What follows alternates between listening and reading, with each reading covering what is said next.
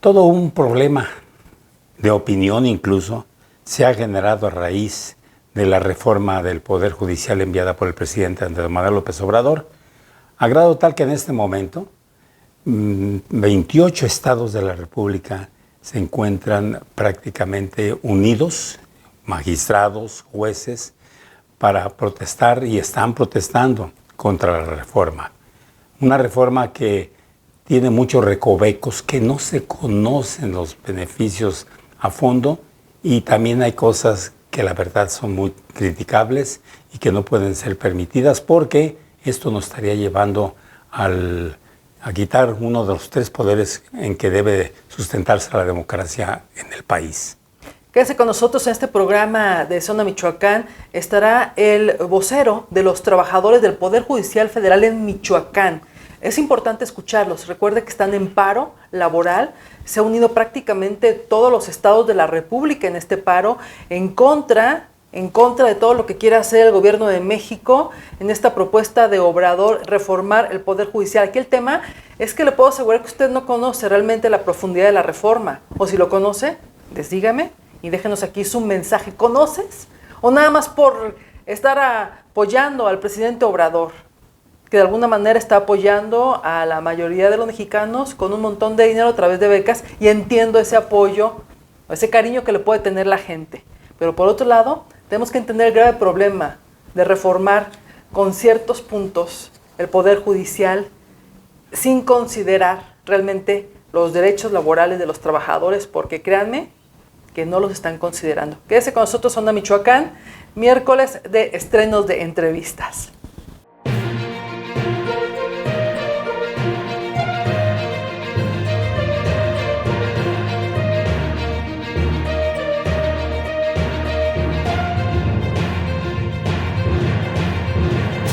Y para abordar justamente esta problemática con la que hemos iniciado esta charla, sus servidores Daniela y yo, hemos invitado en esta ocasión para platicar con él al licenciado J. Guadalupe Ramos. Él es vocero de los trabajadores del Poder Judicial de Michoacán y le damos la bienvenida.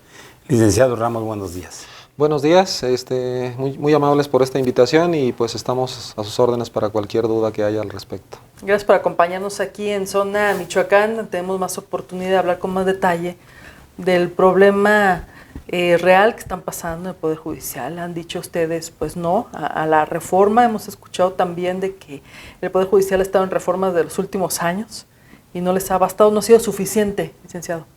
Así es, lamentablemente el Poder Judicial está intentando ser cooptado por los otros 2 poderes, el Ejecutivo y el Legislativo, lo que usted comentaba hace un momento. Hace 3 años este mismo gobierno ya hizo una reforma constitucional al Poder Judicial de la Federación. Y en ese entonces, en 2021, se dijo que era una reforma que era la más importante de los últimos 30 años y se pensó que con esa el Poder Judicial podía caminar algunas décadas al menos. Entonces, ¿cómo se entiende que ahora en un plazo tan cercano, tan breve, digamos, se piense hacer otra? Pues nada más se explica por 2 razones que podrían ser. La primera, pues un intento claro de controlar el poder. Todos los políticos en el mundo tienen esa tentación siempre.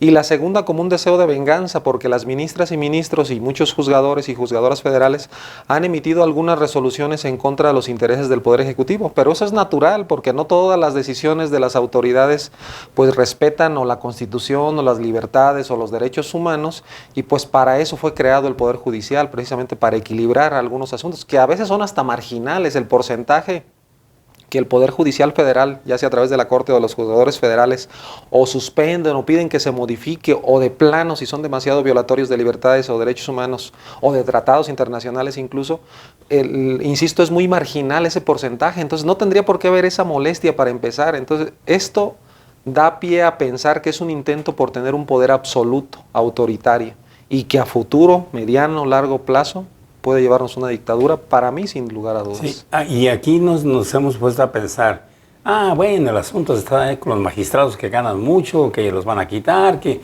el pueblo sea el que designe a los jueces, a los magistrados, pero no se ha puesto a pensar la sociedad que los principalmente afectados somos nosotros, ¿Por qué? Porque cuando vamos por la justicia, si esta no es independiente, si esta es dictatorial, pues nadie nos va a defender. ¿Estamos en lo cierto?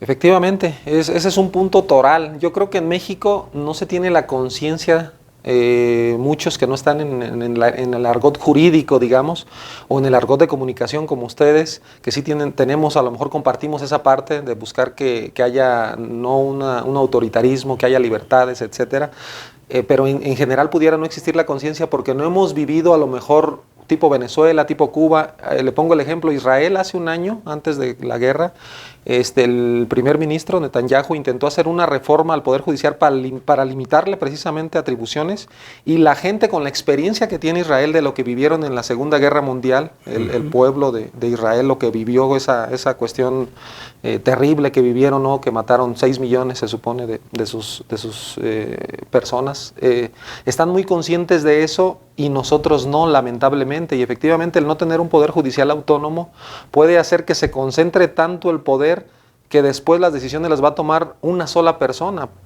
Jueces, magistrados que lleguen a ser electos por voto popular van a responder a intereses o bien de los que los pusieron en la lista, o bien de los partidos políticos, del poder en turno, o incluso de grupos sociales que los hayan respaldado con su voto, y el Poder Judicial no fue hecho para eso. El Poder Judicial fue hecho para precisamente dar un equilibrio a los poderes y para incluso ser contramayoritario en algunos temas muy específicos, es decir, derechos de minorías, la minoría lésbico-gay, minorías históricamente discriminadas. Si las mayorías dijeran que algún derecho se tiene que limitar, el juez tiene que decir que eso no es posible. Y luego falta este tema del conocimiento. Efectivamente coincido en este punto, yo lo decía hace un momento, falta mucha información, mucha ignorancia de parte de mucha gente que opina del tema, nada más con tal de llevar la contra del Poder Judicial y apoyar los dichos del presidente, en este caso Obrador, pues van a estar con él, y aquí es muy riesgoso por el tema de la selección a la que, pues ahora esos 100 puntos que dicen que retomaron después de los foros, incluye la elección ya de los jueces y magistrados en un primer turno y en junio. Pero aquí el asunto es quiénes los van a candidatear, quiénes los van a poner, quiénes serán los perfiles. Sabemos que las personas que actualmente están en el Poder Judicial, para llegar a algún cargo, o de juez, de magistrado, de ministro, como hacen carrera judicial desde escribientes. Entran prácticamente en servicio social y toman la carrera judicial, licenciado. Efectivamente, empiezo por ese último punto.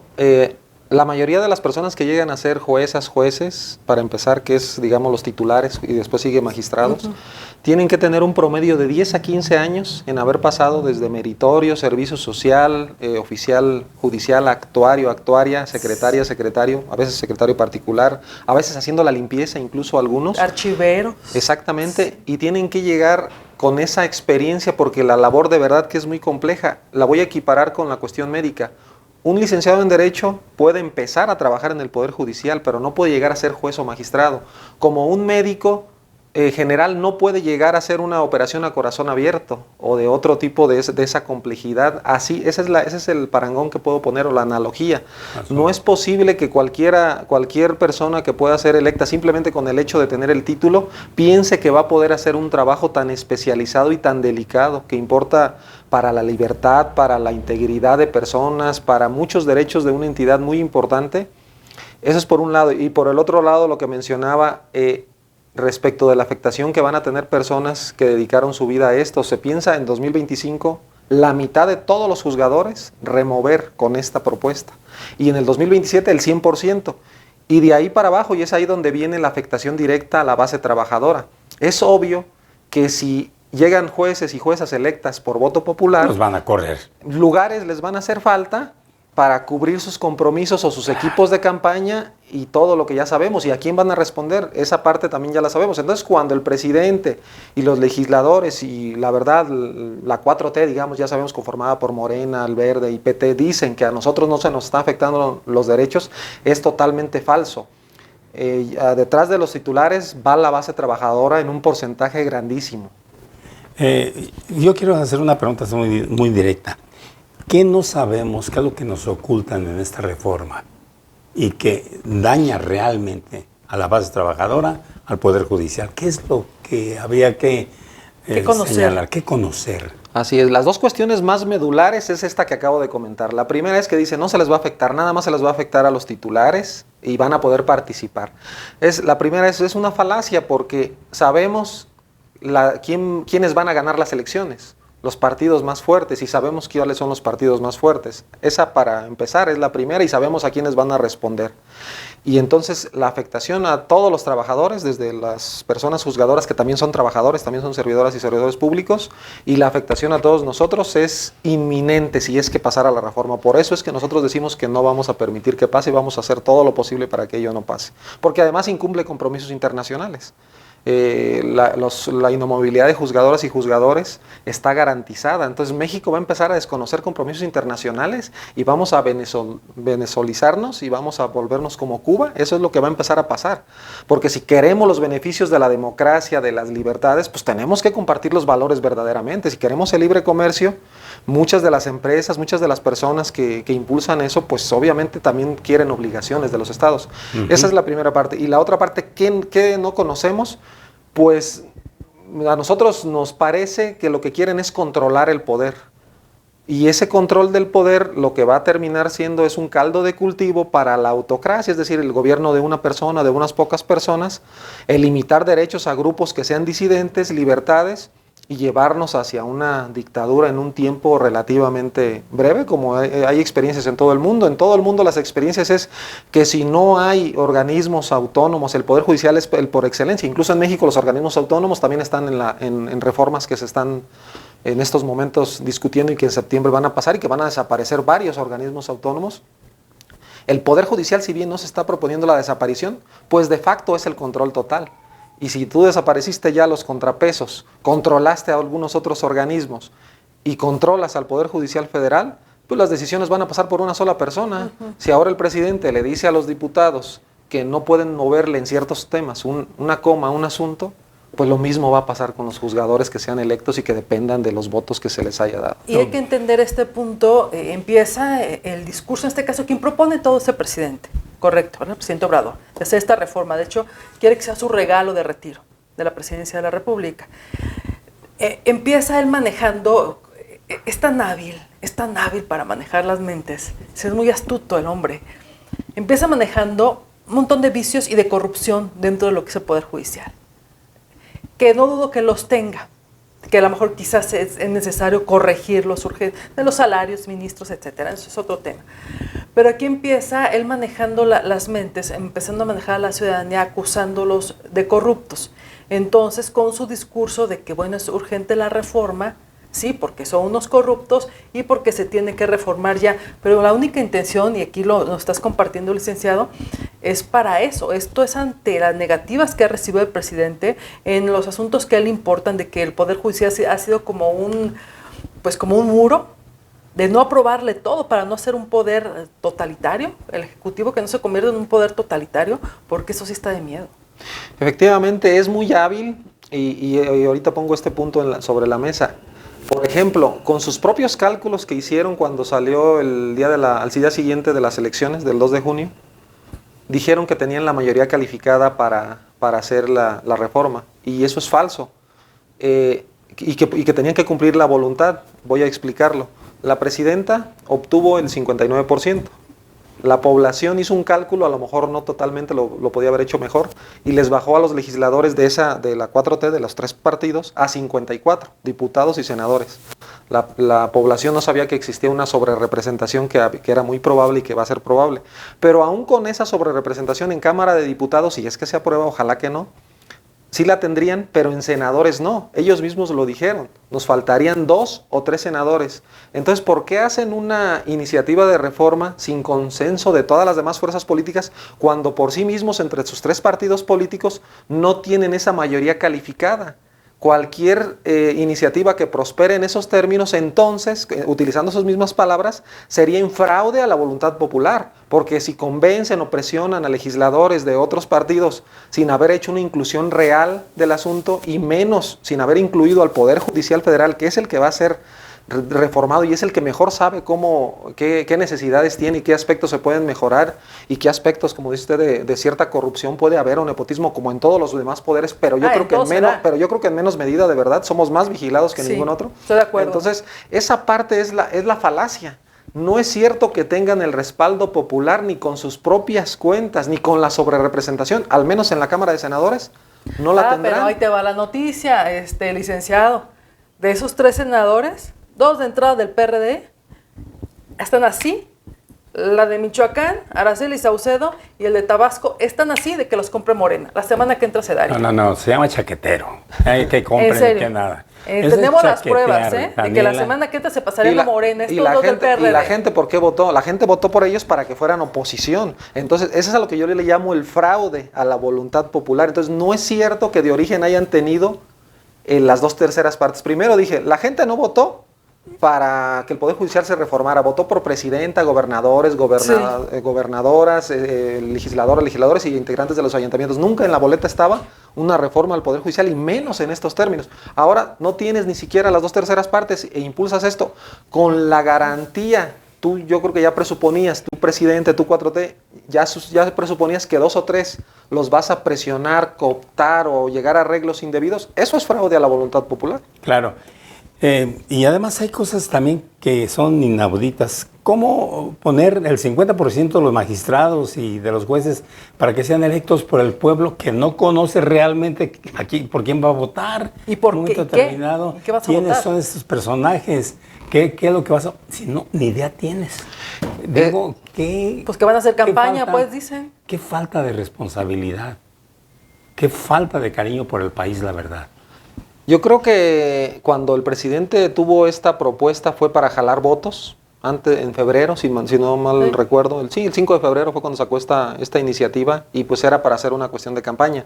Y cuando vio que estuvo cerca de alcanzar la mayoría calificada un día después de las elecciones, esa que era una ocurrencia, la han intentado cuadrar de 1000 maneras, pero no hay una manera objetiva de hacerlo.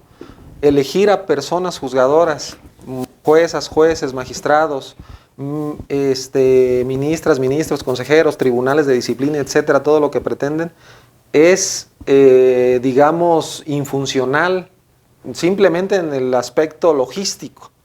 Pero además, las personas, ¿cómo van a saber por quiénes votan? Pero además, no tendrías tú por qué ser un juez de mayoría. Los jueces de mayoría no están pensados en ningún lugar del mundo. En Estados Unidos, que es uno de los ejemplos que se han puesto, los hacen a nivel local, pero los jueces constitucionales, que son justamente los jueces federales, los que ven las cuestiones de amparo y las controversias constitucionales, esos jueces no pueden ser de mayoría, es antinatural que sean de mayoría. Y yo pregunto esto, pues todo parece que se va a dar, va a ser el regalo del presidente que le van a dar sus diputados a los que maneja y controla, hay que decirlo también, ¿no? A sus empleados, le van a dar la reforma. Entonces, en este caso, ¿qué les queda a ustedes como representantes del Poder Judicial? ¿Hay organismos internacionales? ¿Hay alguien que puede intervenir por ustedes? Hasta el Papa, digo, ya es una de esas. ¿Qué pueden hacer? ¿O no pueden hacer nada? ¿Aguantarse y someterse? Se están agotando esas vías. De hecho, hace, ¿qué será? Unas 2 o 3 semanas, la relatora de Naciones Unidas para la Independencia de los Magistrados hizo un pronunciamiento que, por supuesto, el presidente lamentablemente descalificó, pero en ese pronunciamiento es una magistrada europea, bueno, que tiene su sede en Europa, pero es a nivel mundial, que hizo hace los señalamientos específicos sobre todo lo que está vulnerándose en esta reforma y sobre todo los compromisos internacionales que tiene México al respecto. Hay una multiplicidad de tratados, internacionales, la jurisprudencia de la Corte Interamericana de Derechos Humanos, que es además obligatoria para todas las autoridades del país, establece esas cuestiones, la garantía de inamovilidad, la independencia judicial. El Poder Judicial, así como debe ser independiente, es igualmente importante que lo parezca. Es decir, que la gente vea que es independiente y eso va a mermar ello. Entonces, se están agotando todas las posibilidades, se están pidiendo medidas cautelares en la Comisión Interamericana a nivel de Comité de Derechos Humanos. Entonces, sí hay acciones. La sociedad, pues también empezamos a ver muestras de apoyo de la sociedad. Y así, nosotros tenemos esa idea que con esta suspensión de labores, este llamado de atención que estamos haciendo, sea a toda la sociedad, a través de ustedes mismos, de los medios de comunicación, que yo insisto, con los medios de comunicación compartimos la lucha contra el autoritarismo y para que existan las libertades, para que prevalezcan. ¿Hasta dónde van a llegar ustedes? Nosotros, esta suspensión que inició el día de ayer, es indefinida y la propuesta es que sea hasta que se le dé, digamos, fin al intento de la reforma o que haya modificaciones sustanciales, es decir, que no se nos afecte en la carrera judicial, en la estabilidad, en el empleo que está en riesgo gravísimo. Y por supuesto en la independencia judicial, es decir, estamos por dos cosas, por nuestros propios derechos y de verdad por los derechos de la sociedad, por la independencia judicial que es garantía de la democracia a su vez y de las libertades y los derechos. Así que si la pregunta es ¿hasta dónde vamos a llegar? Es hasta donde sea necesario y estamos preparados para aguantar el tiempo que sea necesario. ¿Pueden ser ustedes cabeza de un movimiento de la sociedad? ¿Han pensado en esto? Hemos pensado en muchas alternativas. Obviamente se tienen que llegar a consensos. Para iniciar esto tuvimos que consensarlo durante varias semanas incluso y días. No queríamos generar afectaciones, por lo que eso también lo atribuimos al legislativo y al ejecutivo. Estas afectaciones se las atribuimos a ellos. ¿Por qué? Porque no nos escucharon en los foros, incluso a magistradas, magistrados, se les cerró el micrófono, no se les permitió que participaran y las propuestas que se hicieron no fueron plasmadas en este dictamen, la iniciativa de dictamen que salió el viernes pasado y que se va a votar, si no mal entiendo, el próximo 26 de agosto. He estado leyendo un poco el tema de estos 100 puntos, del tema de lo que se quiere reformar ahora. Lo más importante, porque son muchas cosas, muchas en términos legales que no conocemos porque no somos abogados, sin embargo sí comunicólogos y leemos mucho. Me sorprendió, de hecho hoy en la mañanera se referían a este tema, lo desconocía, lo que pasaría con los jueces ahora en caso de que se dé a la reforma y cuando vayan a ver las votaciones, el juez o la jueza que en este momento esté vigente y ya cuando se separe del cargo o se despide o la corran o etcétera o los corran, ya no va a poder ejercer la administración pública por 2 años. Cuando toda su vida se ha dedicado a la carrera judicial, se preparan para eso. Estudian, cuando tienen la intención de estar en el Poder Judicial, estudias para eso, entra desde el servicio social, lo que ya platicamos, haces toda una carrera judicial de vida, o sea, es un trabajo de vida, es un proyecto de vida, y de repente, pues llegas, no te seleccionan a ti porque no tuviste el recurso para hacer campaña, que es más otro absurdo, ¿cómo va a ser la campaña? ¿Quién va a controlar los recursos? ¿Saben lo que cuestan las entrevistas en medios de comunicación por minuto? O sea, ¿quién va a costear eso? Va a haber ahí muchos actos de corrupción también, pero bueno, ya pasando el tema de las campañas, que esa jueza, que tiene toda su vida en el Poder Judicial con una carrera, no quede, 2 años la inhabilitan. ¿De qué diablos va a vivir una persona cuando el mismo gobierno te está haciendo, te corre, aparte en 2 años no puedes trabajar? ¿En la informalidad? ¿O de qué? ¿Vendiendo qué? ¿Tamales o qué? Exactamente, es increíble esa parte porque por todos lados se limita a los juzgadores. Los juzgadores cuando llegan a hacerlo incluso se limitan hasta de tener, digamos, convivencia social común. Tratan de aislarse lo más posible precisamente para tener la mayor imparcialidad y objetividad posible. Entonces, que después de haber dedicado toda tu vida a esto, con una garantía que existía a nivel constitucional, convencional, insisto, de tratados de derechos humanos, que con la mano en la cintura los otros 2 poderes, por eso es que yo le llamo un golpe de Estado técnico, hagan esto de esa manera, digamos, nada más porque creen que pueden, esos son los inicios. Del autoritarismo. Y ahora lo que comentaba sobre la cuestión de las campañas que van a hacer y que se ocupan recursos, ahora vamos a tener juezas y jueces verdaderamente que puedan económicamente.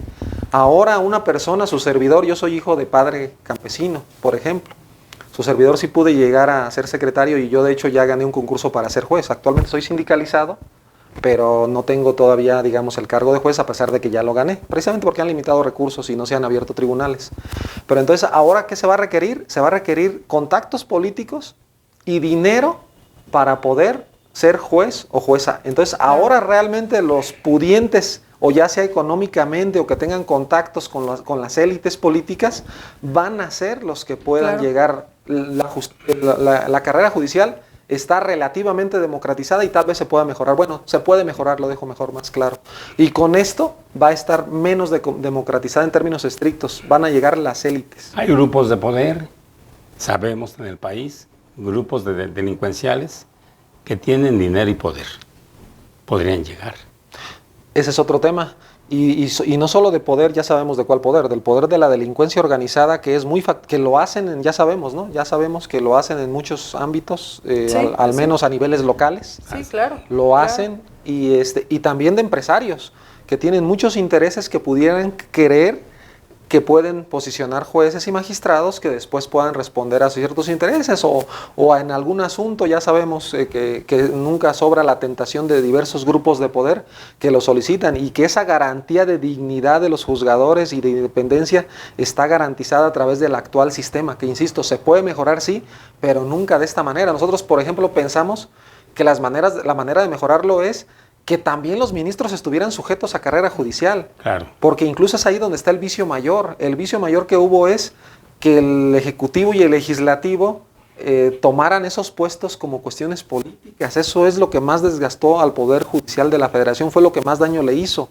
No fueron las juzgadoras y juzgadores de carrera. Ministros. Exactamente, pero por los que llegaron externos, digamos, los que no son de carrera. Claro. Esos son los que generan más problemas, conflicto. porque son los que están politizados de una manera más importante. Sirven a intereses. Esta reforma es una respuesta a la venganza de un presidente que no le dejaron satisfechos sus caprichos. ¿Es así? Así es, esa es una de las explicaciones, una y la otra la que ya dije de controlar, pero esa yo creo que es la más importante y ahí va la respuesta fácil. ¿Por qué? Tema de Guardia Nacional, él quería el mando militar y lo va a volver a intentar, al parecer va a pasar como una reforma constitucional. Eso va en contra de tratados internacionales, porque eso va encaminándose, digamos, titubeando hacia la dictadura, al menos en algunos matices, para no ser exagerados en un solo tema, pero con todo lo demás en conjunto se puede pensar así. El tema de la reforma energética, el tema del INAI, de la Corte decir que podían sesionar con 4 porque el Senado no hacía su trabajo, porque el presidente les instruyó a que no nombraran a los comisionados del INAI. Esos temas en particular son los que le molestaron. ¿Y por qué lo digo? Cuando estaba Saldívar de presidente y que se hizo la reforma, había quedado muy conforme. Decía que ya estaba bien el Poder Judicial de la Federación. Y sale Saldívar y al día siguiente el Poder Judicial de la Federación ya está mal. Es una venganza, es clarísimo. Claro, una venganza, y aprovechas que tienes ahora más mayoría. No sabemos si... Creo que calificada en las dos no les alcanza, por eso sostengo que es un golpe de Estado técnico. Pues aprovechas que tienes más poder para generar o controlar todavía más al Poder Judicial. Muy bien, pues qué interesante. Bueno, hay muchas cosas y preocupante que hay que analizar, ¿no? Porque, pues, la verdad no queda muy claro en la sociedad dónde están las trampas. Y por el otro lado, también la lucha que ustedes están emprendiendo ahora, ojalá que encuentren respuesta y eco no solamente aquí en el país, sino en el extranjero, porque es la única manera en que se puede contrarrestar los efectos de un dictador. Efectivamente, de nuestra parte vamos a hacer todo lo posible. La verdad es que pedimos a la sociedad que se una a este movimiento.